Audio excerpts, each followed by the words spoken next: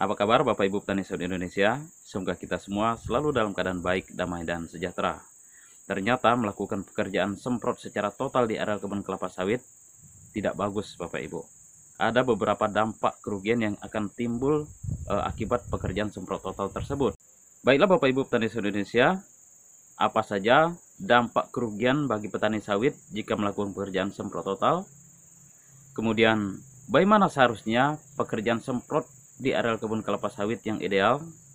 Baiklah Bapak Ibu petani Indonesia, mari kita simak video berikut ini.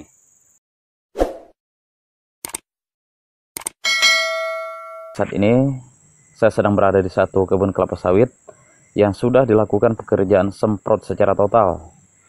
Nah, pekerjaan semprot secara total ini artinya semua gulma yang ada di kebun ini disemprot.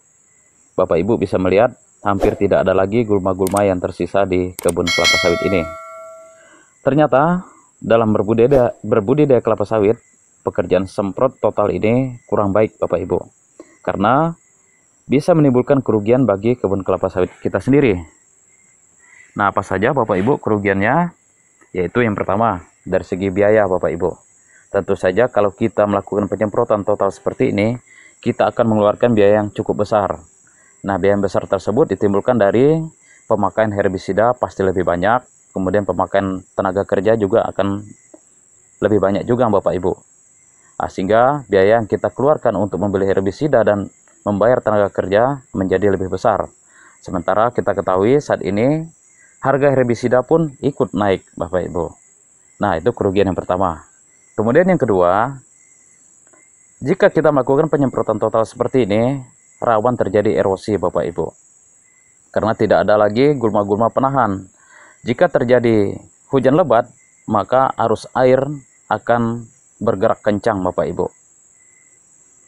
Karena tidak ada lagi gulma-gulma untuk penahan laju arus air hujan yang turun ke permukaan tanah. Hal ini bisa berakibat material pupuk yang kita taburkan di piringan kelapa sawit ataupun bahan-bahan organik yang ada di sekitar kebun kelapa sawit kita bisa hanyut terbawa oleh arus air tersebut. Nah, itu yang kedua Bapak Ibu. Kemudian yang ketiga, jika kita melakukan pekerjaan semprot secara total seperti yang ada di kebun ini, bisa berpotensi terhadap terjadinya ledakan hama-hama tertentu Bapak Ibu. Contohnya hama ulat api. Jadi hama ulat api ini biasanya menyerang kebun kelapa sawit jika gulma-gulma yang ada di sekitar kebun kelapa sawit ini gundul atau tidak ada lagi. Karena ulat api biasanya bisa dikendalikan secara alami, yaitu menggunakan musuh-musuh alami. Nah, musuh-musuh alami ulat api tersebut biasanya bersarang di gulma-gulma yang ada di sekitar kebun kelapa sawit kita. Nah, contoh biasanya di gulma neprolepis ataupun pakis uban orang sering bilang. Nah, itulah Bapak Ibu beberapa dampak yang akan ditimbulkan jika melakukan pekerjaan semprot secara total. Selanjutnya Bapak Ibu, yang idealnya seperti apa sih sebenarnya untuk pekerjaan semprot di kebun sawit? Mari kita simak video berikut ini. Oke Bapak Ibu petani sawit Indonesia. Nah, jadi ini ada satu contoh lagi kebun kelapa sawit. Perawatan yang ada di kebun kelapa sawit, kita bisa melihat masih ada hijau-hijau gulma-gulma di antara pokok ke pokok ya Bapak Ibu bisa melihat. Namun untuk di piringannya, kita lihat khusus untuk di piringan kelapa sawitnya memang bersih di sini ya, diusahakan untuk sebersih mungkin supaya pekerjaan pengutipan berondol untuk saat panen, kemudian pemupukan di piringan kelapa sawit ini tidak termakan oleh gulma-gulma yang ada di piringan kelapa sawit.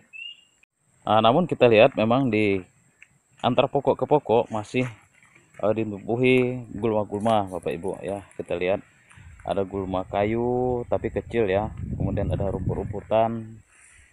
Nih Bapak Ibu bisa melihat juga ya ke depan sana. Nah, sebenarnya idealnya seperti ini aja Bapak Ibu. Jadi penyemprotan terhadap gulma tidak harus total. Karena yang pertama tujuannya tadi adalah untuk menghemat pemakaian racun di sini. Kemudian tentu saja menghemat pemakaian biaya tenaga kerja untuk melakukan pemberantasan gulma tersebut. Dan yang ketiga, fungsinya tentu saja dengan adanya gulma-gulma seperti ini masih bisa menjadi penahan lajunya arus air hujan.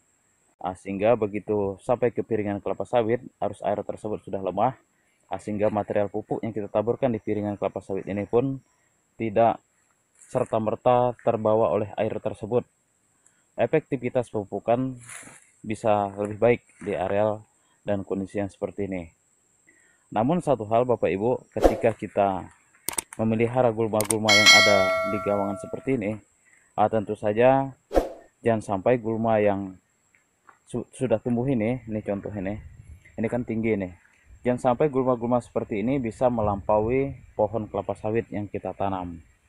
Maka untuk penyemprotan di kebun kelapa sawit, untuk penyemprotan kayu-kayu seperti ini cukup dilakukan 2 kali saja dalam 1 tahun. Jadi tidak harus dilakukan sesering mungkin. Yang penting gulma-gulma tersebut tidak sampai dia lebih besar ataupun lebih tinggi dari batang kelapa sawit ini.